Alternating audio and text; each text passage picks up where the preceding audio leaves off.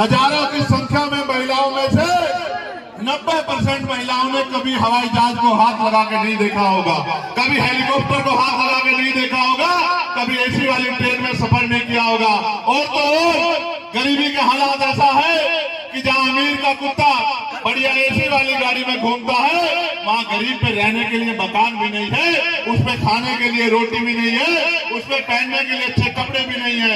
लेकिन ये सरकारें बात तो करती है गरीबों का भला करने की, लेकिन ये सारा पैसा पूंजीपतियों का माफ करती है। आपके बच्चे तो पढ़े लिखे बेरोजगार घूमते हैं, और जब भी आप सवाल करोगे, रोजगार के बारे में पूछोगे, महंगाई पे सवाल करोगे, अधिकार के बारे में पूछोगे, तो ये भारतीय जनता पार्टी के लोग जो ये कह रहे हैं कि हमें सत्ता में आना है, तो ये फिर हिंदू मुसलमान की बात करने लग जाते हैं। और इन्हीं के तथाकथित लोग नबी की शान में जिस तरह के गुस्ताखी करते हैं, अपमान करते हैं, ये भी किसी से अच्छी बात नहीं है। आप ये जानते हैं, जब जब मुसलमानों पर अन्याय हुआ है, जब जब किसानों पर अन्याय हुआ है, जब जब मजदूरों पर अन्याय हुआ है, जब जब दलितों पर जुल्म हुआ है, उनकी पीठ पे लाठियां पड़ी है, उनको मूछें रगड़ने पे मारा गया है, उनको मटकी छूने पे मारा गया है, सारे नेता चद्दर तान के सोते हैं। ये भीम आर्मी आजाद समाज पार्टी के लोग मैदान में रहते हैं, उनकी लड़ाई लड़ने का काम करते हैं, उनकी आवाज बनने का काम करते हैं।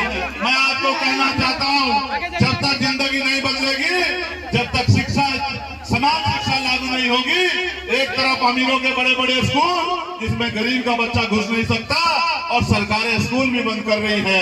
जब तक आपका बच्चा पढ़ेगा नहीं, पढ़ लिख के आगे बढ़ेगा नहीं, डॉक्टर, इंजीनियर, IAS, IPS, वकील जज बनेगा नहीं, तो आपकी गरीबी की बेटियां नहीं कर सकती है। लेकिन वो तभी संभव है कि राजनीतिक ताकत आपके हाथ में होनी चाहिए। कौन है आपके असेंबली में आपके लिए बोलने वाला? आप बताओ, सबसे ज्यादा मॉब लिंचिंग इसी सरकार के नेतृत्व में झारखंड में होने का काम हुआ।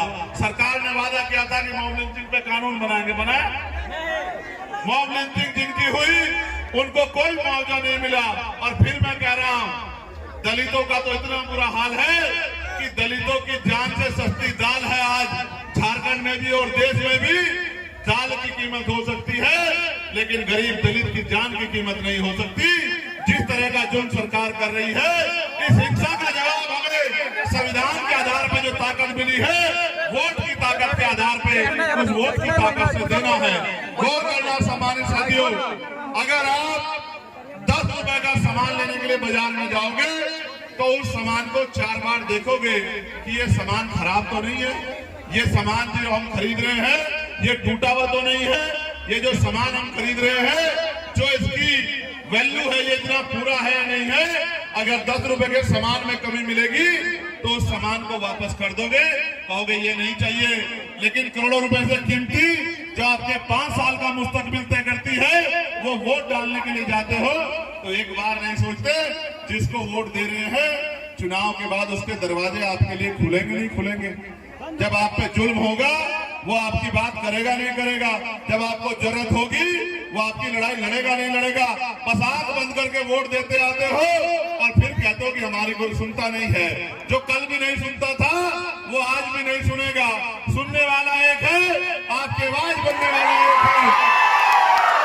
मैं आपसे कहना चाहता हूं, चूकना मत, बिल्कुल मत चूकना। नारे लगाने से, सिर्फ नारे लगाने से, झंडा उठाने से अगर तकदीर बदला करती, जिंदगी बदला करती तो सबकी बदल जाती। हमारे हाथ में बाबा साहब अम्बेडकर सबसे मजबूत हथियार देके गए हैं, वो हथियार है हमारा कलम। हमें कलम की ताकत से इतना मजबूत खुद को बनाना है कि हमें 13 तारीख को आपके यहाँ वोट पड़ेगी। एक एक वोट को केतली का बटन दबाकर भाई मुमताज के हाथों को मजबूत करना है। भाई मुमताज के हाथों में इतनी शक्ति देनी है कि जब इन थाने कचहरियों में आपकी सुनवाई ना हो, जब ये सरकारी दफ्तर आपके लोगों की सुनवाई ना करें, तो ये मेरा भाई मुमताज सीना तान के आपकी लड़ाई लड़ने का काम करे और अनधिकारियों से आपके काम को कराने का काम करे। आपके क्षेत्रों में अच्छे स्कूल खुलवाने का काम करे, आपके क्षेत्रों में अच्छे हॉस्पिटल खुलवाने का काम करे, आपके क्षेत्रों में रोजगार के साधन लाने का काम करे, कुटीर उद्योग लगवा के गांव में महिलाओं को रोजगार देने का काम करे। मैं तो देश भर में घूमता हूँ, आपके हालात में रोता हूँ, लेकिन मौका आ गया है कि ये गुलामी की बेड़ियां काट के इज्जत सम्मान की जिंदगी प्राप्त करने के लिए अपनी वोट का सही प्रयोग करें। और 13 तारीख को इतने जोर से बटन दबाना कि करंट यहाँ रांची वालों को भी लगे और दिल्ली में बैठे लोगों को भी लगे। कभी पारदर्शिता नहीं हो सकती, लेकिन आज 100% वापसी का भरोसा सोना महल से ले रहे हैं। हमने करके दिखाया। लोगों को विश्वास नहीं था कि सोने चांदी के आभूषण कभी EMI पर ले सकते हैं, लेकिन आज हमारे सभी ब्रांच में लोग अपने मनपसंद जेवर EMI पर ले रहे हैं। हमने करके दिखाया। असंभव वाली चीज, सोने के आभूषण की बुकिंग के बाद अगर भाव कम हो जाते हैं तो ज्वेलर्स कम हुआ भाव देने से घबराते थे।